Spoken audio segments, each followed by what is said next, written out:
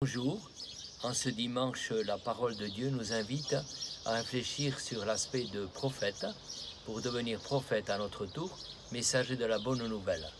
Comme première lecture, nous allons entendre un texte d'Amos. Amos qui était dans le sanctuaire de Bethel, qui veut dire la maison de Dieu.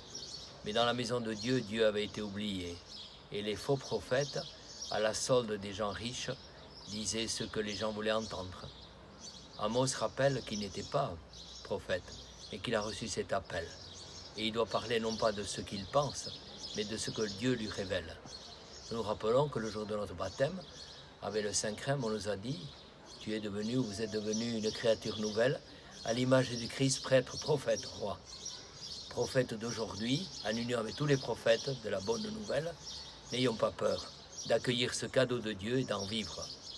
Prophète, mais en même temps, pour dire quoi? Et c'est là que nous avons l'évangile selon saint Marc, où Jésus envoie les disciples deux par deux, en vivant la simplicité et l'espérance. Deux par deux, non pas comme les témoins de Jéhovah, mais deux par deux qui nous rappellent l'importance de l'autre.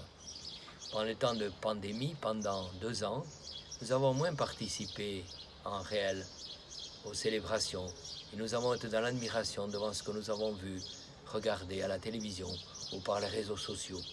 Aujourd'hui, retrouvons, non plus en virtuel, mais en réalité, la présence des autres.